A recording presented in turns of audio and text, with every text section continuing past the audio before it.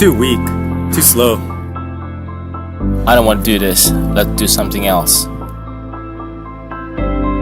I have better things to do. Do I have to do this? I got a knee splint. I'm finished. I didn't get enough sleep. I can't right now. I love this game, but I can't do it. Just can't. That's what they say. This opportunity comes once in a lifetime to prove ourselves. Every second counts. I'm too hot. My body might slow me down, but try to catch me when I handle the ball.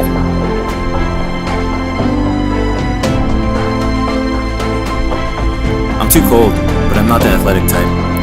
But I got cool-headed to read your game. Do you have what it takes to win without boundaries? But we wouldn't let this build up inside us.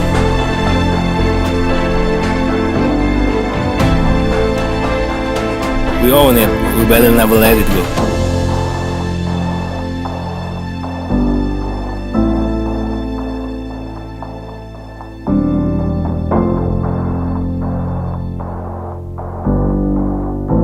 If you had one shot, one opportunity, would you capture it or just let it slip?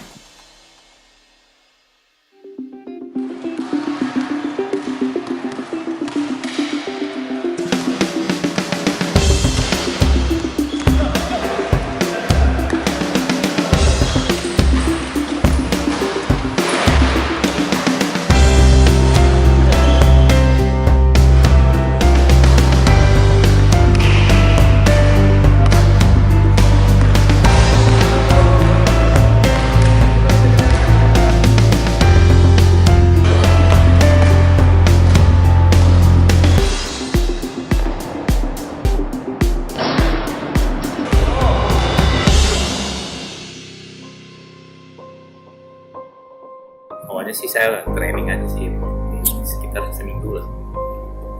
Saya dapat donasi sebuah kursi roda basket. Nah, saya tahu olahraga untuk seperti kita, kursi itu sangat dibutuhkan. Kalau tanpa kursi itu kita tidak bisa melakukan apa-apa. Istilahnya menggantikan kaki kita. Nah, dari situ saya mulai ada rasa minatnya untuk wheelchair basket.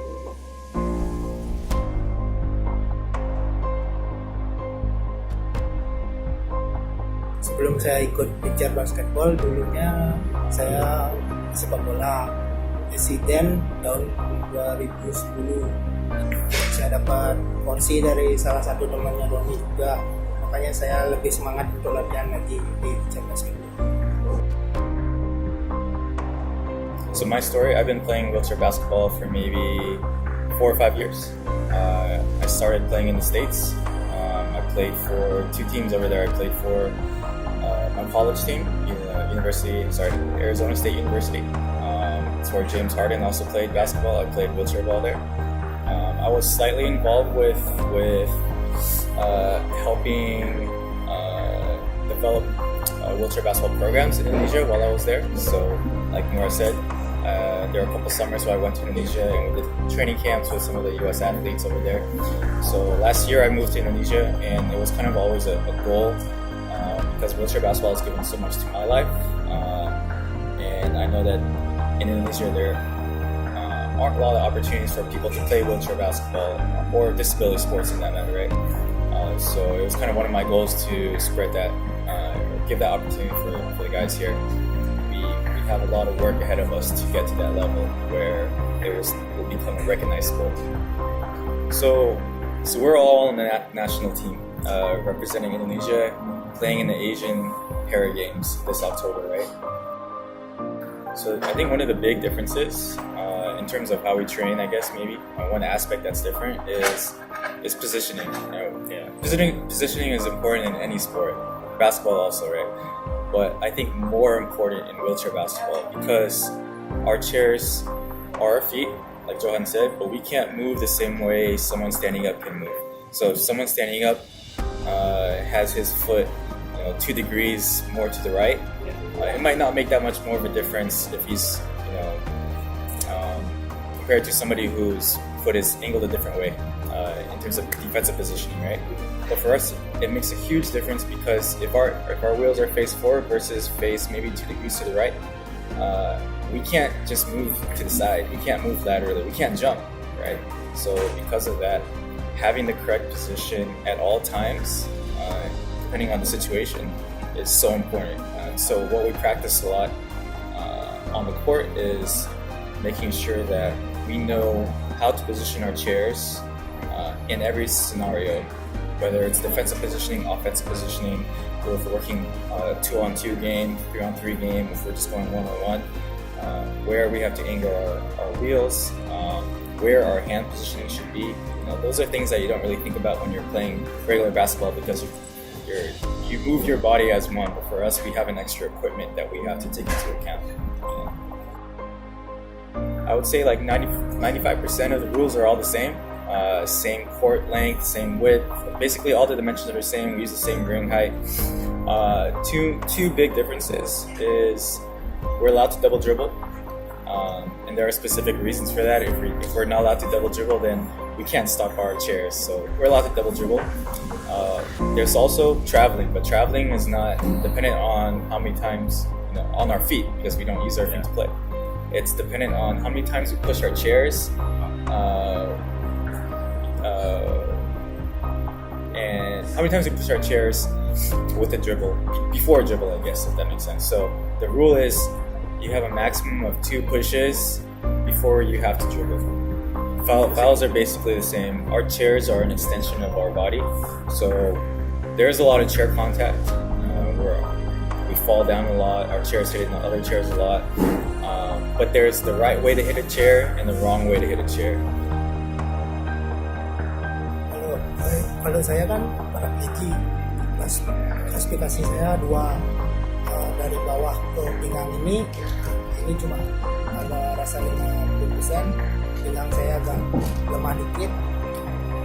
Lalu si Donald poinnya 45, kalau si Johan 1, dia pinggangnya lebih lemah daripada saya.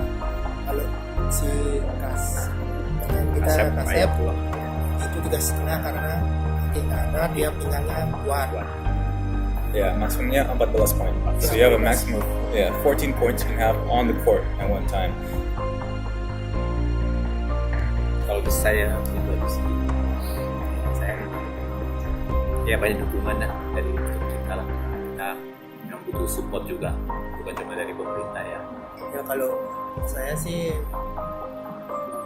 komunitas basket mau support kita juga supaya kita lebih semangat untuk nanti di Asian Para Games, untuk kita supaya pokoknya kita optimis aja lah supaya sukses nanti di Asian Para Games. So my hope is that along those lines, people see wheelchair basketball as just another way to play basketball. That our wheelchairs are not medical devices. They're not, they're not devices for sick people. We're athletes, all right? So I just hope that maybe someday wheelchair ball becomes a sport where even people without disabilities, people with disabilities play together on the same court. What I'm saying is, yes, we definitely have government support. There's backing from the government to make a national team to develop a wheelchair basketball program. But at the same time, I think government support is not enough. What I mean by that is we need support from the community, from sponsors, especially from the basketball community, so that wheelchair basketball becomes known as just another way to play regular basketball.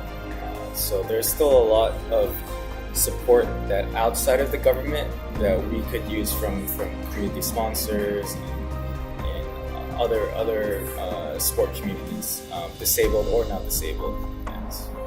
Click Sporters, don't forget to support the Indonesian Wheelchair Basketball Program and continue to support all sports in Indonesia. Indonesia, Go! If you like this video, don't forget to like, comment, and subscribe to Click Sports TV.